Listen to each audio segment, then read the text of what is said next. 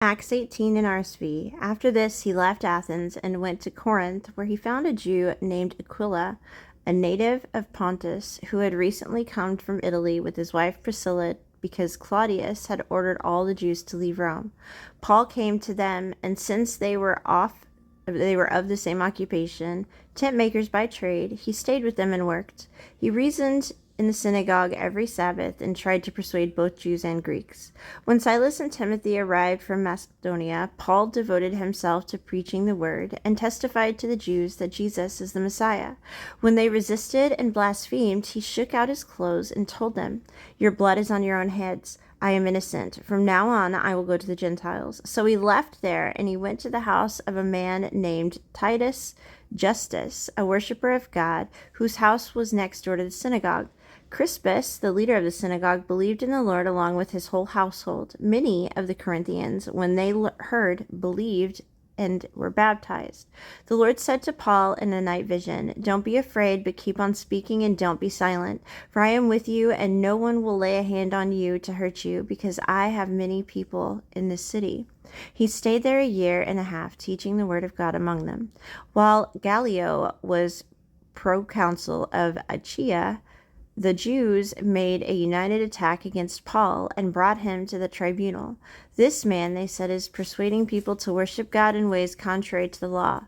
As Paul was about to open his mouth, Gallio said to the Jews, "If it were a matter of wrongdoing or of a serious crime, it would be reasonable for me to put up with you Jews.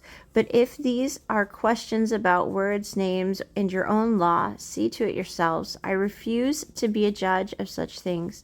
So he drove them from the tribunal, and they all seized Sosthenes, the leader of the synagogue, and beat him in front of the tribunal, but none of these things mattered to Gallio.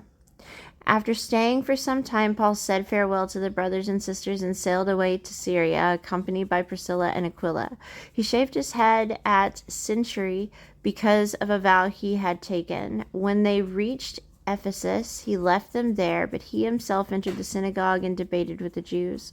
When they asked him to stay for a longer time, he declined, but he said farewell and added, "I'll come back to you again if God wills." Then he set sail from Ephesus. On landing at Caesarea, he went up to Jerusalem and greeted the church, then went down to Antioch. After spending some time there, he set out, traveling through one place after another in the region of Galatia and Phrygia, strengthening all the disciples.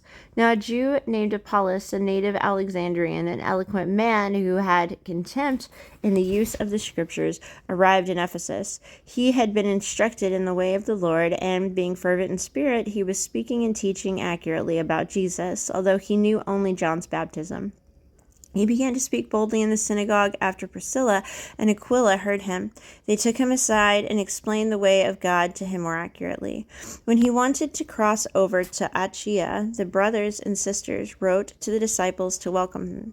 After he arrived, he was a great help to those who by grace had believed, for he vigorously refuted the Jews in public, demonstrating through the scriptures that Jesus is the Messiah.